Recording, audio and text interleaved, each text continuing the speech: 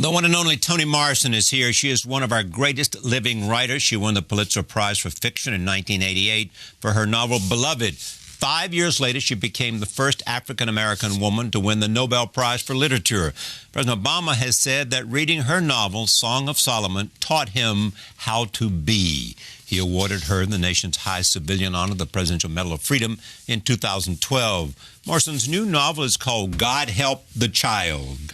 I am pleased to have my friend Toni Morrison back at this table. Welcome. Thank you. This has been described as fable-like. Is it fable-like? Not to me, but not to me. I mean, what? Bad, reinvention, good. I guess that's fable-like. Yeah. But I hope it's much more complicated than that. Well, I'm sure it is. But it's the first one that you've written with a contemporary setting since Tar Baby, That's 1981. True. Yeah, that's true. Why did you go back to contemporary setting? Well, I was a little alarmed about doing it. I wrote Home, although I had started that book earlier, because the contemporary world was hard for me to grasp. Yeah. I didn't have a hook. It seemed slippery. And it's always changing. Yeah. You don't know what's going to be 6 months from now. So when I finally got a way to talk about it through the confusion of race and color and class, then I could do it. Then I felt I could do it that way. When you got through when I began to race think, and class? When I began to think of what was significant now in this 2007, 8, whatever, period, one of the enormous topics was race, color, shades of color, reactions to it. What's the difference in race and color? Well, color is a substitute for racism. Yes. Race is just human beings. Right. Color has some... There are privileges to certain kinds of color. These are social constructs. These are not inventions of science, that is, descriptions that are scientific. It's things human beings think up for good reasons. Some profitable, some just personal. You know, thinking of how can you feel really, really good about yourself if there's nothing to be othered, if you can't separate yourself from something that you're convinced is lower than yourself. Are these troubling times? Yeah. These are. I think it's, I'm not sure they're all that different, but it's obvious now. It's very obvious that the times are troubled. Mm-hmm. And a little cowardly, I think. How do you think cowardly?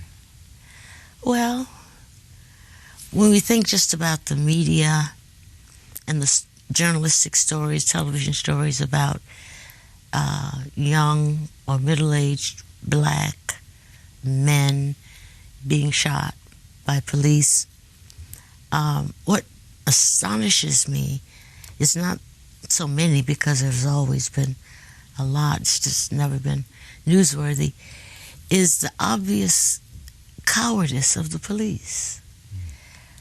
I don't mean all police, but those that we hear about. How are you afraid of a man running away from you? How are you afraid of somebody standing in a grocery store on a phone with a toy gun that you could buy in the store? How could you be afraid of a little boy? And who are these people who call 911? Who are they? You look out the window and you see a kid with a toy gun and you get on the phone. I like that policeman who was chasing a guy who had killed some people and turned around, faced the policeman and said, "Shoot me, shoot me." And the policeman wouldn't. He said, "I'm not going to shoot you. I'm not going to shoot you." He kept saying it. The guy obviously wanted to be shot, suicide by a cop, but he didn't do it. Then finally took the guy down. But then I realized that that policeman had been in the military. He was not a coward. Had different training. Entirely different. He was brave. He stood up. But these guys running around, just popping people over and over again. How can we change that? We have to change the police training. Yeah. It can be that's done. the obvious. Oh, that's clear. Yeah. And, perhaps, I was wondering the same thing during the civil rights, parades when Martin Luther King was around. What can we do? What can we do? Well, in that instance, you had somebody who could actually talk to somebody in the administration. Yeah. I'm not so sure that that can happen now, in spite of the fact that the President of the United States is a black man. You don't think there's anybody can talk to him? Oh, sure. Yeah. I'm sure he's aware of it, very keenly clearly aware. is, yeah. I think, he not only that, he's actually aware of what you have just said, as far as I understand it, and I heard, by listening to him. I think in some of the things that he supports, he's very much interested in the plight of young black men. Yeah, very much, yes. Because they're too caught up in the judicial process. I mean, it's alarming numbers. Yeah. And it's like they disappear into the legal process, whether it's courts or prisons or, And I'm interested in the subject, but it's that whole, everything we do that's confrontational in this country is deemed a war. Yeah. A war on women, a war on Christmas, a war on drugs, no 3 times you're out. There was this enormous pressure to change society, I suppose. And it, coupled with prison for profit, where it just distorted everything. Tell me who Lula Ann Bridewell is. Lula Ann Bridewell is Came out of the beaten up little girl, sort of personally threatened by her mother, who was very upset when she saw her child because of her color. She's very, very black, really black, and this is what we used to call a high yellow woman, who was looking at, she could be looking at, I don't know, a toad as far as she's concerned. And she even thought, I think, a little bit about giving her away or smothering her. She doesn't. She tries to take care of her, but she needs, she believes, to protect her from people who will perhaps feel the same way she does. And in so doing, she disables her.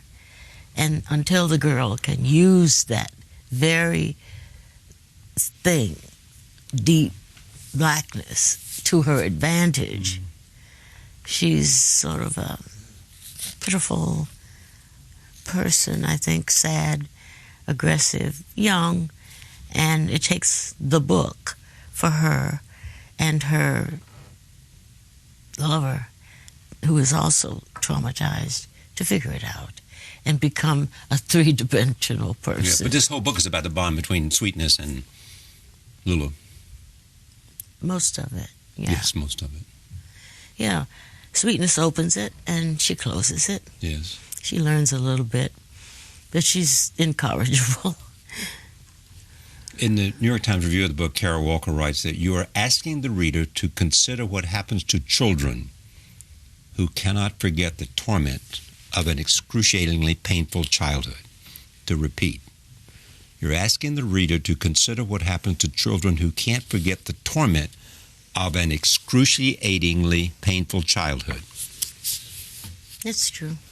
I think we all have some level of recollection of maybe not serious trauma, but unpleasantness, and someone who should have loved us who didn't. And we sometimes think we've gotten over it, but many times it's distorting and shadowing our behavior. And it's debilitating. And, you have regrets but you do something about it. And I think, as in the book, the best thing is to stop thinking about yourself and start thinking about somebody else, start taking care of somebody else, move it out. It's not always about you. You say that you didn't appreciate the hierarchy of color until you went to Howard. That's true, yeah. So what did you learn about the hierarchy of color? That it was more convenient, easier, more comfortable the lighter your skin was. Yeah, that's what I thought. You could get into certain places and so on. And then there's a middle ground, and there's some others. There were levels that I could even distinguish in sororities, schools, departments, etc., where the obedience was and where the adoration was, and the scorn for some people who were not light-skinned. So how did you experience that? Very differently. Yeah. I didn't know about it. I thought my little hometown was the way the whole world was. And the hierarchy in my hometown was almost the opposite, you know. So the only thing worse than that was Washington, D.C. I mean, out there was serious business, you know. It was segregated in a very strenuous way so that I felt safe at Howard. But it was different. I didn't know these grades and levels of color, you know, class, all of that. I didn't know that. And I learned. Do you because you are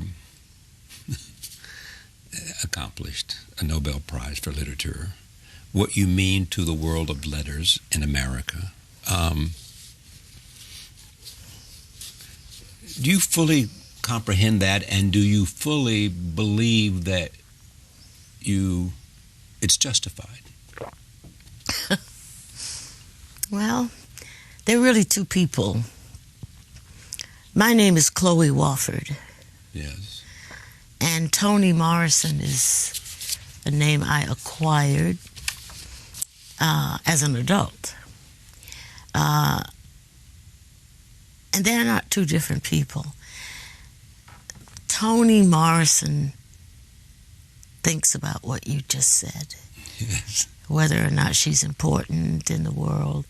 And she has medals. Right. And she gets attention. Right. And that's fine. She can handle that. The other person, the Chloe person, is the one who writes and thinks and invents and is wholly uninterested in Toni Morrison. Yes. Likes what she does. So the talent is with Chloe? Oh, yeah. And Toni is the sort of... the one outside. The wrapping, the package. That's right, that's right. The beating heart is Chloe. Mm-hmm. They're both nice, by the way. Yeah, we like them both. They just do different things. Yeah. And you're happiest being Chloe. Oh, very much. Are you really? Yeah. See, I think you like it. Like what? I think you like being Toni Morrison. Toni Morrison, yes, can make you think that. Right. She's right. good at it. Okay. Because she's good at it. She can make you think she likes it because she's good at it. Mm-hmm. You know, I mean, because she looks like it. She has all the indicia of it. Yes, she's admired by people who matter. Well, it's not all theater. Some of it's really genuine. You know, depending on circumstances and the people she's relating to. Yeah. I was saying to somebody earlier that I'm really exhausted talking about myself. Really exhausted. However, yes, what I get to get, the Chloe in me gets to get, right, is signing books for readers, going to the 92nd Street Y, going to Politics and Prose, and reading a little bit, talking a little bit, and then have people line up and I sign their books. I don't see readers normally. So you see people at the other end. Yes. That's great. That I like. Yeah. I know you're always surprised at me when people say, I watch your show or read your book or You know, because it gives you a face. That's right. In a sense of, you know. It's good. What you don't like is when they remind you of a show you did 5 years ago. I know. Or like saying to you, I love it, but I mean, you know, it was Beloved. God, I love Beloved. You know. It's interesting. People have different tastes. I thought book A or B was going to be a knockout, and it wasn't. Right. Then I thought something else, and it wasn't. It's different ways in which people read.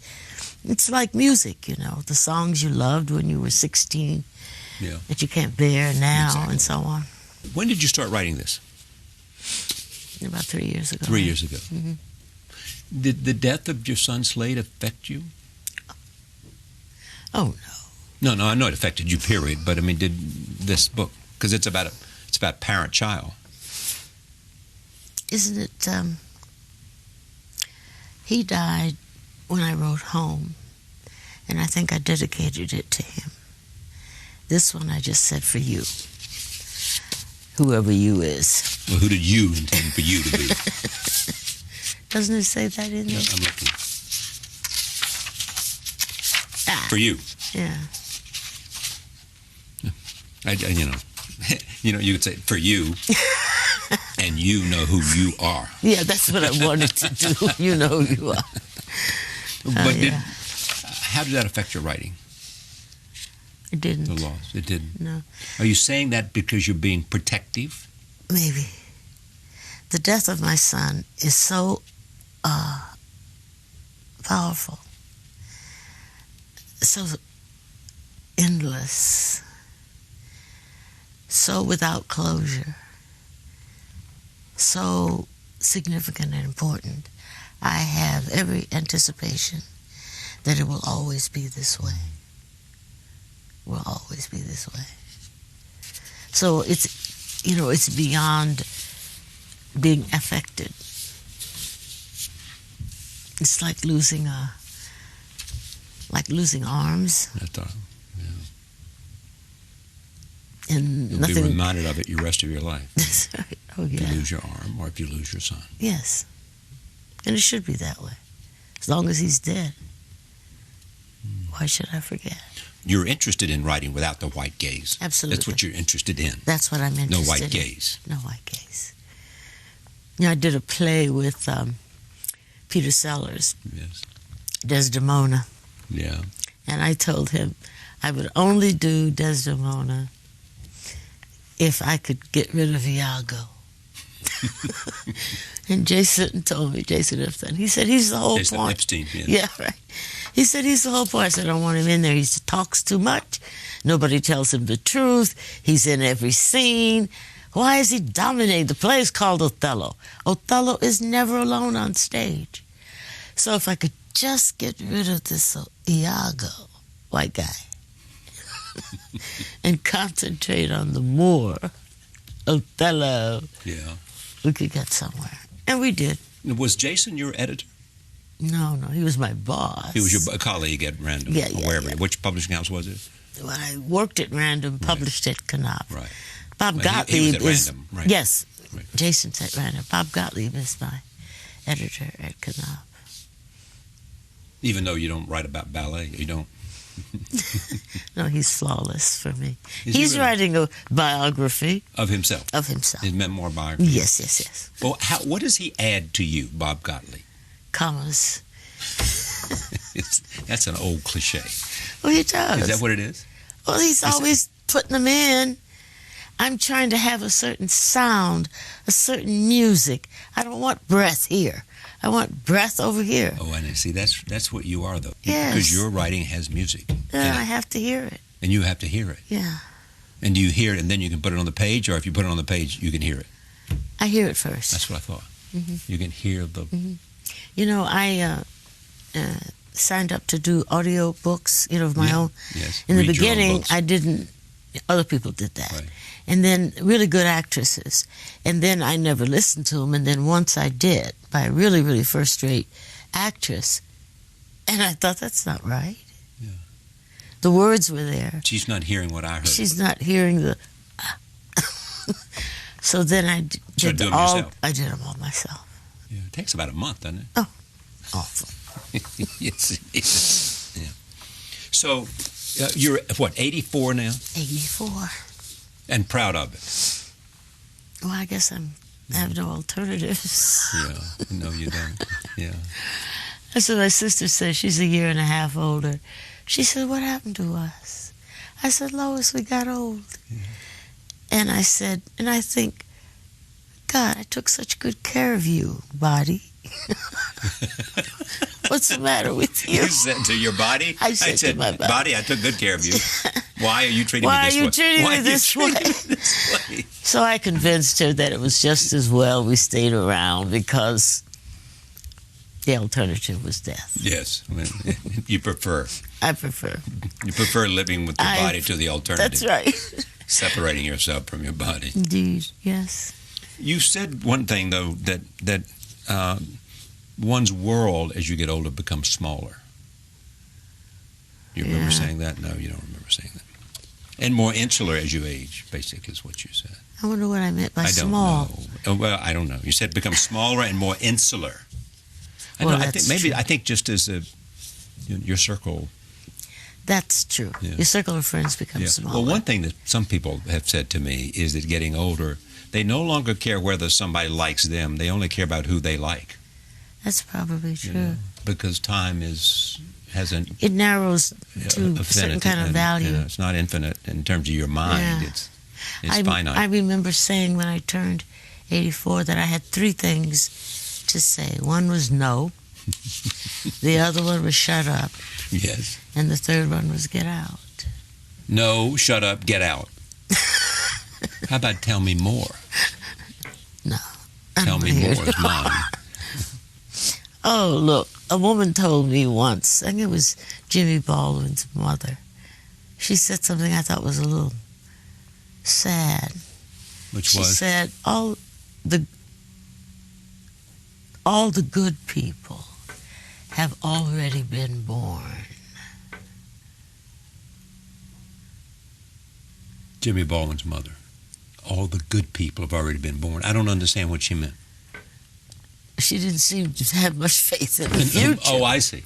So she was making a judgment about what was here. The best ones are here, and the best ones are here. Those coming around are not quite as good as the ones that are already here. Did you know Jimmy Baldwin? Oh, yeah, I did. Did you know him well?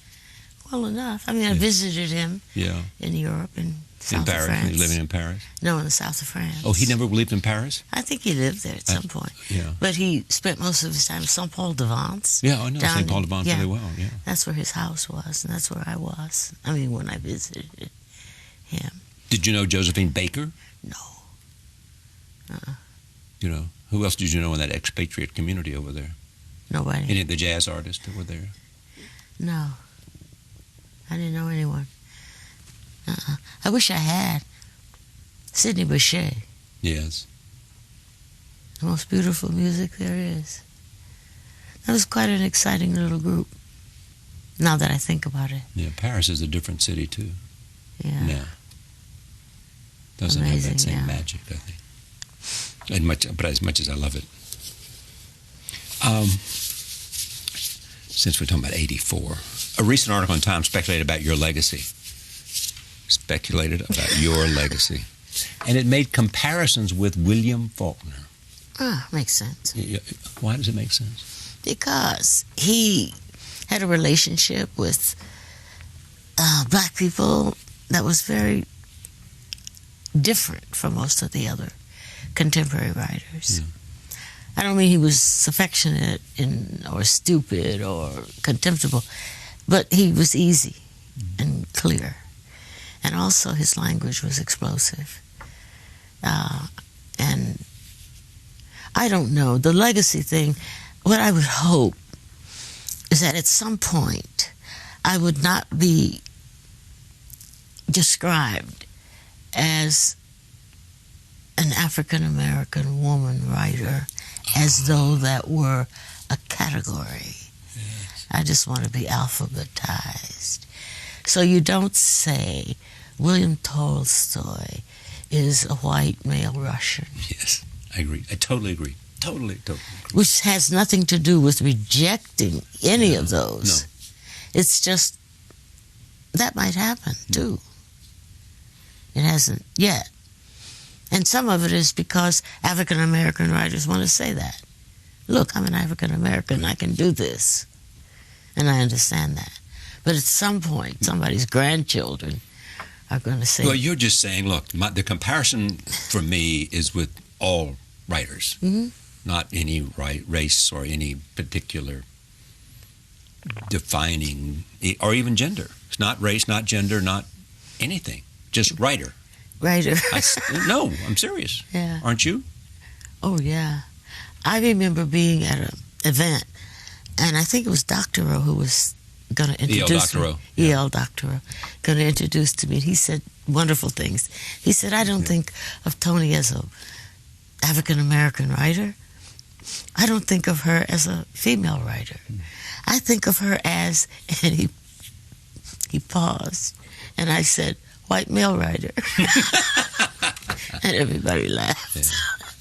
But he was trying to say, I think, something along the lines that we just described. I would like that. I think like you've earned that. You think so? I do. It's great to see you. It's always good to see you, Charlie. I know.